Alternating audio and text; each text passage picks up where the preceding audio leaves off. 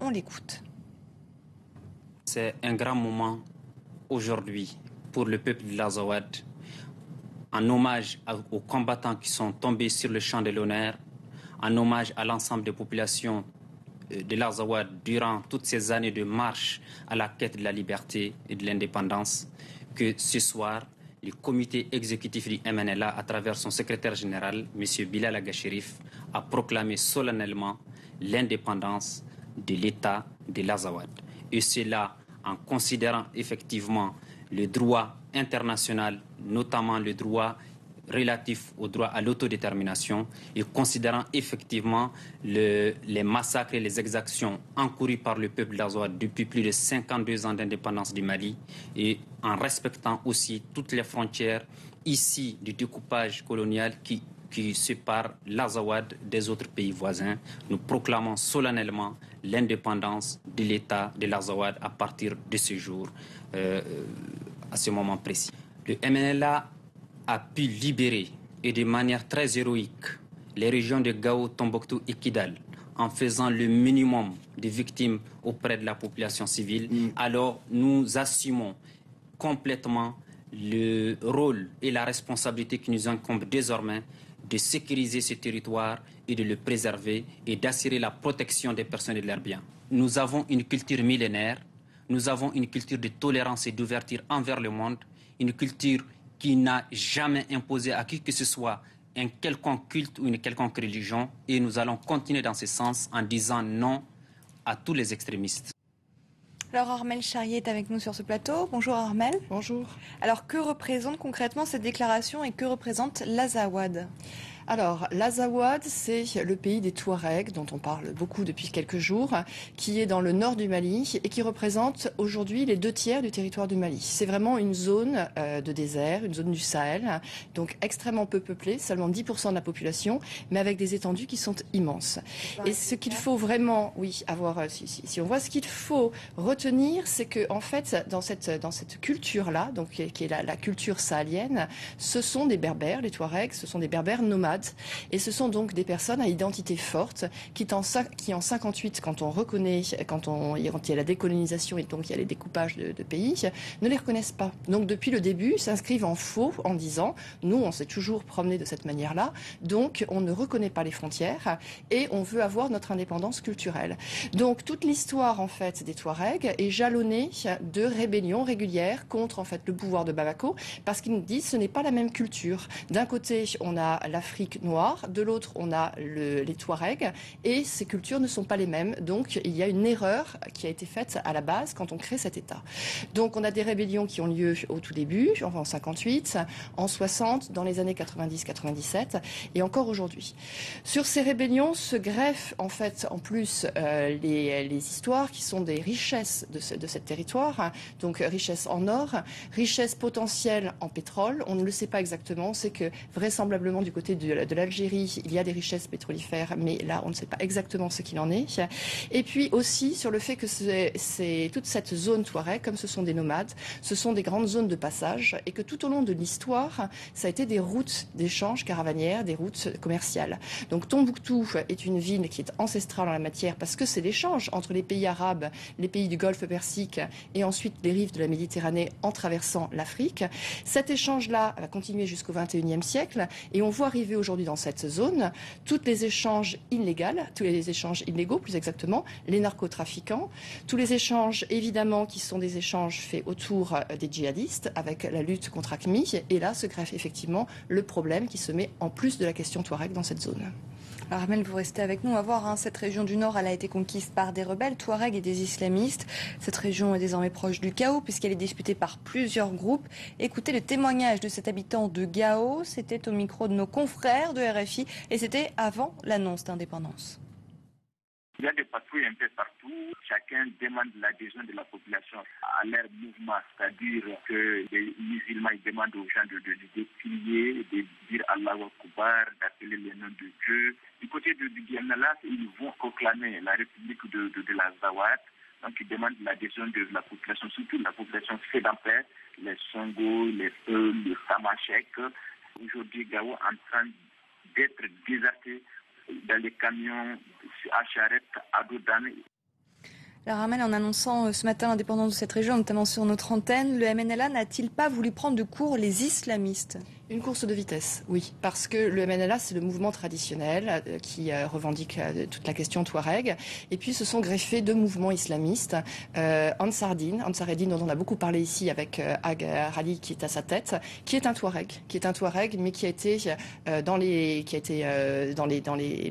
versé avec les salafistes, et donc du coup qui a créé ce mouvement islamiste en opposition, mouvement assez récent, les thèses djihadistes sont ancrées au Mali depuis les années 80, mais Ansar Eddine est effectivement récent.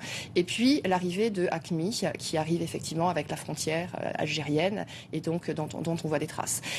En mars de cette année, il y a eu une vraie discussion entre Ansar Eddine et le MNLA pour définir en fait un peu quels étaient les rôles de chacun. Et en mars, il y a eu deux communiqués qui sont apparus, deux communiqués extrêmement importants parce qu'ils expliquent toute la position du moment. Le MNLA a rappelé que ce qu'il voulait, c'était un État aux frontières de l'Azawad. Donc il ne veut pas descendre vers Bamako, vers la capitale, il s'arrête aux frontières de l'Azawad, donc c'est-à-dire un peu en dessous de Tombouctou et Gao, et grosso modo vers le fleuve Niger, et que cet État devait être laïque et devait être démocratique. Et Ansar Eddine a répondu immédiatement avec un autre communiqué en disant que ce qu'il voulait installer, c'était la charia, donc c'est-à-dire les femmes voilées, toute la loi islamiste, et sur l'État du Mali. C'est-à-dire qu'il ne se contentait pas juste de l'Azawad, mais effectivement que dans ces cas-là, eux, on peut imaginer qu'ils veulent à descendre vers le sud du pays. Donc aujourd'hui, il y a une opposition, et aujourd'hui, indiscutablement, en prenant cette décision, le MNLA donne un message très fort qui est de dire nous voulons rester dans cet État, nous voulons faire respecter cet État, et donc on prend le pas sur les islamistes pour dire que c'est vers nous qu'il faut reconnaître et qu'il faut appuyer, et effectivement vous avez du coup un partenaire avec lequel vous pouvez discuter. Dans ce contexte très tendu, les chefs d'état-major de la CEDEAO se sont réunis à Abidjan. Hier en Côte d'Ivoire, ils ont élaboré un mandat pour une force qui serait susceptible d'être envoyée dans le pays. Face à la situation chaotique qui règne au Mali, la communauté internationale ne cache pas son inquiétude. La France a appelé à un cessez-le-feu et condamne les violences dans le Nord. Dans un entretien accordé à France 24, le chef de la diplomatie française fait part de ses préoccupations sur la situation sécuritaire. Nous sommes très inquiets, très vigilants, et c'est la raison pour laquelle, d'abord, la mise en place d'autorités politiques capables de négocier avec au moins le MNLA, et d'autre part, l'intervention de la CEDEAO nous paraissent prioritaires, et c'est la raison pour laquelle la France a pris l'initiative de saisir le Conseil de sécurité, qui a adopté une déclaration présidentielle soutenant les efforts de la CEDEAO. Sur le terrain, les discussions se poursuivent. Après sa rencontre avec le capitaine Sanogo, leader de la junte, le médiateur régional burkinabé se montre plutôt optimiste. Je pense que le capitaine et le comité sont dans d'excellentes prédispositions pour faciliter la mise en œuvre du retour à la normalité. Pourtant, la CEDEAO, communauté des États d'Afrique de l'Ouest, s'est réunie en urgence à Abidjan hier. Après 12 heures de huis clos, les chefs d'état-major ouest-africains ont élaboré un mandat pour une éventuelle force militaire au Mali. Il a été essentiellement question du mandat qui doit être donné à la force en attente de la CEDEAO, la FAC.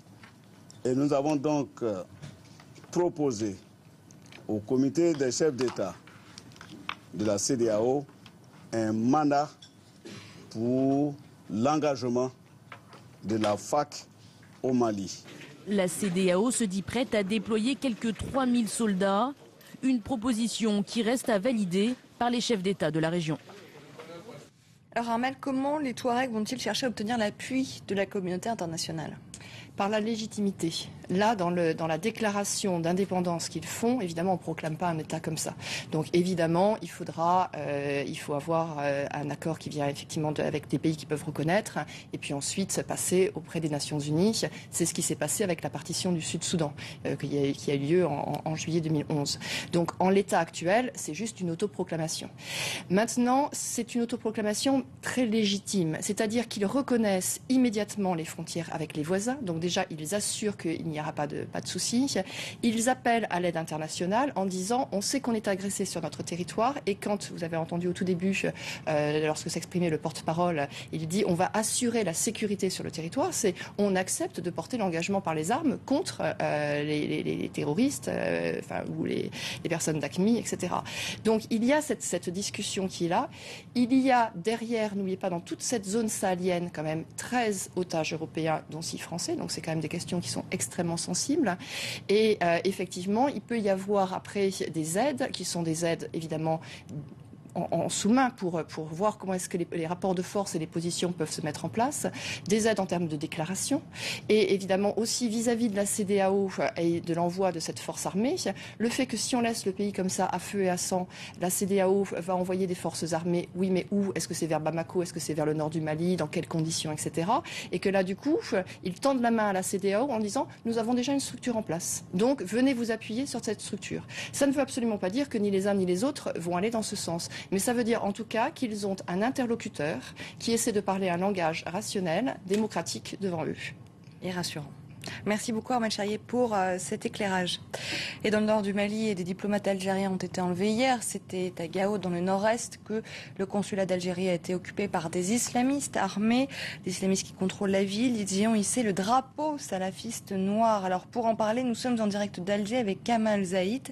Kamal, est-ce que l'Algérie a des informations sur ces diplomates ? Pour l'instant, les autorités algériennes ont peu d'informations. L'Algérie se retrouve impliquée dans le conflit malien après l'enlèvement de son consul ainsi que 6 membres de la représentation diplomatique par un groupe armé non identifié selon les autorités algériennes. Mourad Medelsi, ministre des Affaires étrangères, précise que le consul d'Algérie est à Gao ainsi que 6 agents du consulat ont été forcés de sortir du siège de la représentation diplomatique. Ils sont actuellement sous la responsabilité de partis que nous ne connaissons pas. Le gouvernement algérien est totalement mobilisé pour assurer dans les plus brefs délais leur libération, a-t-il ajouté. Un communiqué du ministère des AE avait affirmé hier l'enlèvement. Selon le communiqué, le consulat à Gao a fait l'objet jeudi d'une attaque par un groupe non identifié. Le consul et 6 membres de la représentation diplomatique ont été conduits vers une destination inconnue. Une cellule de crise a été mise en place pour suivre cette affaire, mais peu d'informations existent maintenant et selon les autorités algériennes.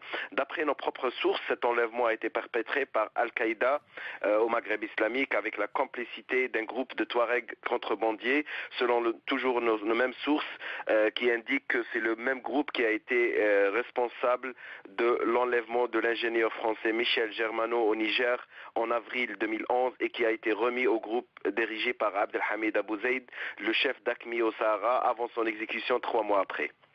Kamal Zaït en direct d'Alger, merci beaucoup. Kamal.